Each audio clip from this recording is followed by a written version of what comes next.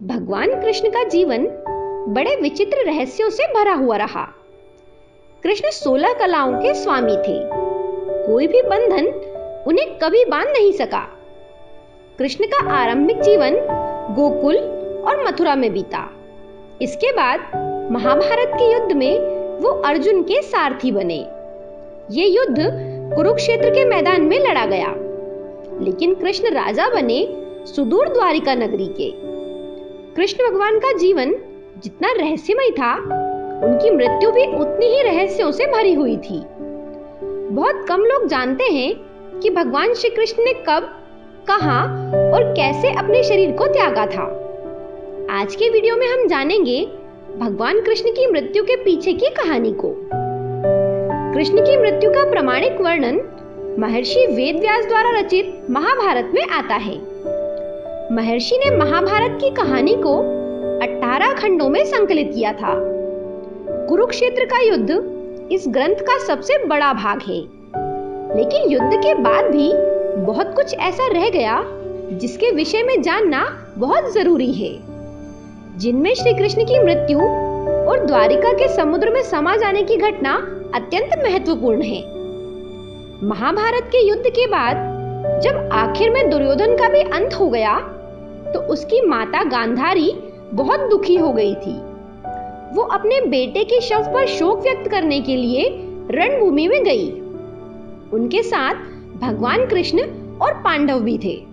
गांधारी अपने बेटों की मृत्यु से इतनी दुखी हो गई कि उसने भगवान कृष्ण के कुल का भी इसी तरह नाश हो जाने का श्राप दे दिया।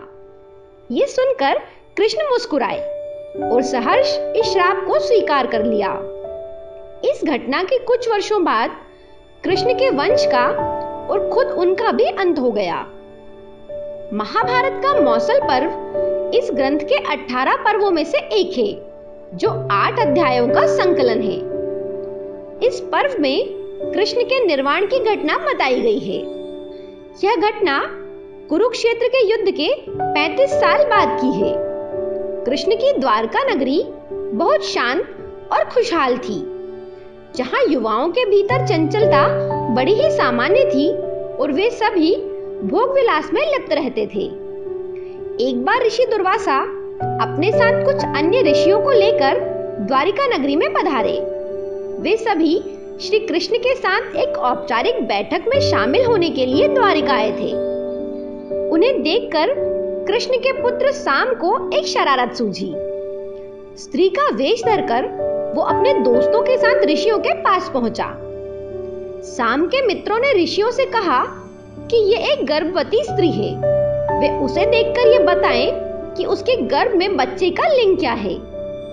ऋषियों ने इस खेल को तुरंत समझ लिया और क्रोधित होकर साम को श्राप दिया कि वो एक लोहे के मूसल को जन्म देगा, जिससे उनके कुल और साम्राज्य का विनाश हो जाएगा। इस घटना के थोड़ी देर बाद ही साम को पेट में दर्द होने लगा और उसने एक लोहे के मूसल को जन्म दिया। इस घटनाक्रम से दुखी होकर साम ने ये सारी घटना उग्रसेन को बताई। उग्रसेन ने साम से कहा कि वे लोहे के इस मूसल का चूर्ण बनाकर प्रभास नदी में प्रवाहित कर दें। इस तरह उन्हें उस श्राप से छुटकारा मिल जाएगा। लेकिन ऋषि के श्राप को असर तो दिखा नहीं था, इसलिए लोहे की मूसल के चूर्ण से नदी किनारे मानव की लंबाई बराबर घास उग गई। इस घटना के बाद द्वारिका के लोगों को विभिन्न अशुभ संकेतों का अनुभव होने लगा। कृष्ण के शंख, सुदर्शन चक्र, उनके रथ और बलराम के हल का अदृश्य हो जाना, अपराधों और पापों में बढ़ोतरी होना, लाल शर्म जैसी चीजों का समाप्त हो जाना, स्त्रियों द्वारा अपने पतियों और पुरुषों द्वारा अपनी पत्नियों के साथ विश्वासघात करना आदि बेहद सामान्य घटनाक्रम हो गया था। द्वारिका में चारों ओर अपराध, अमानवीयता और पाप का साया हो गया।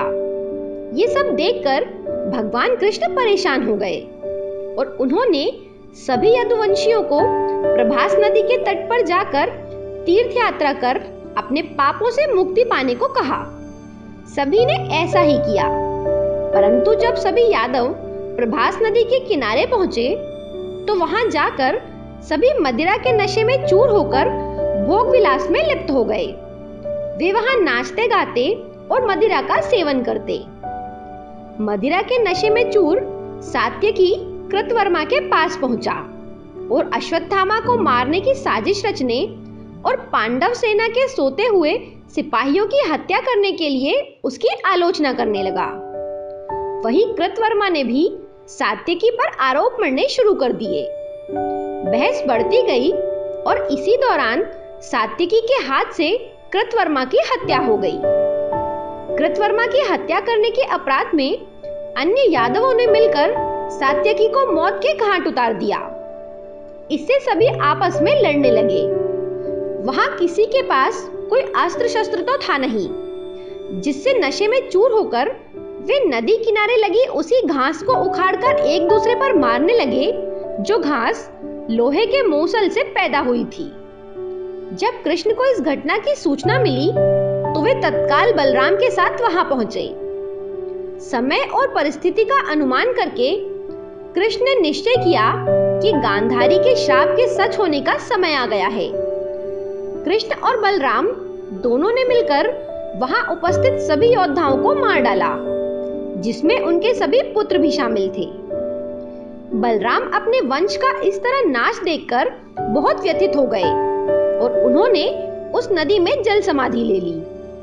इसके बाद कृष्ण ने दारूक को पांडवों के पास भेजा और कहा कि अर्जुन को सारी घटना बताकर यहाँ पहुंचने को कहें। इधर लोहे के मूसल का चूर्ण जो प्रभास नदी में बहाया गया था, उसे एक मछली ने निगल लिया था। वह चूर्ण उसके पेट में जाकर धातु का एक टुकड़ा बन गया। जीरू नामक शिकारी ने उस मछली को पकड़ा और उसके शरीर से निकले धातु के टुकड़े को नुकीला करके उससे एक तीर का निर्माण किया। कृष्ण वन में उस समय ध्यान में लेटे हुए थे। उनके पैरों पर बने चिन्हों को देखकर जीरू को लगा कि वो जरूर कोई हिरण है। ये सोचकर उसने कृष्ण पर तीर चला दिया। तीर सीधा कृष्ण के पैर में जाकर लगा, जिससे कृष्ण की मृत्यु हो गई। जहां कृष्ण भगवान की मृत्यु हुई वो स्थान गुजरात में सोमनाथ मंदिर से करीब 7 किलोमीटर दूर वेरावल नाम की जगह पर स्थित है। शिकारी जीरू को कुछ लोग जरा नाम से भी पहचानते हैं। इस विषय में एक मान्यता ये भी है कि श्री कृष्ण ने अपने पिछले जन्म में, जब वे श्री राम थे, सुग्रीव के भाई बाली को छुपकर तीर मारा था।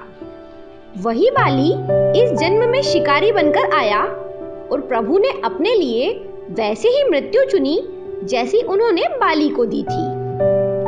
इधर कुछ समय बाद अर्जुन मदद लेकर द्वारिका पहुंचे और कृष्ण की मृत्यु की खबर पाकर अत्यंत दुखी हो गए। कृष्ण के जाने के बाद द्वारिका में उनकी 16,000 रानियां, कुछ महिलाएं, वृद्ध और बालक ही शेष रह गए। वे सभी इंद्रप्रस्थ के लिए रवाना होने लगे, परंतु जैसे ही लोग द्वारिका छोड़ने के लिए तैयार हुए, जल का स्तर अचानक बढ़ने लगा। इसी बीच डाकुओं ने भी द्वारिका पर आक्रमण कर दिया और जब अर्जुन उनकी सहायता करने के लिए अस्त्र चलाने लगे तो वे अस्त्र के सभी मंत्र भूल गए और देखते ही देखते द्वारिका नगरी पानी के भीतर समा गई। अर्जुन श्री कृष्ण की कुछ रानियों और शेष प्रजा को लेकर इंद्रप्रस्थ आ गए। इस तरह भगवान कृष्ण का पूरा यादव वंश और स्वयं कृष्ण ने अपनी मानवीय लीला समाप्त की। दोस्तों, ये वीडियो अगर आपको पसंद आए तो इसे अपने दोस्तों के साथ जरूर शेयर कीजिएगा और इसके साथ ही हमें कमेंट करके भी जरूर बताइएगा। धन्यवाद।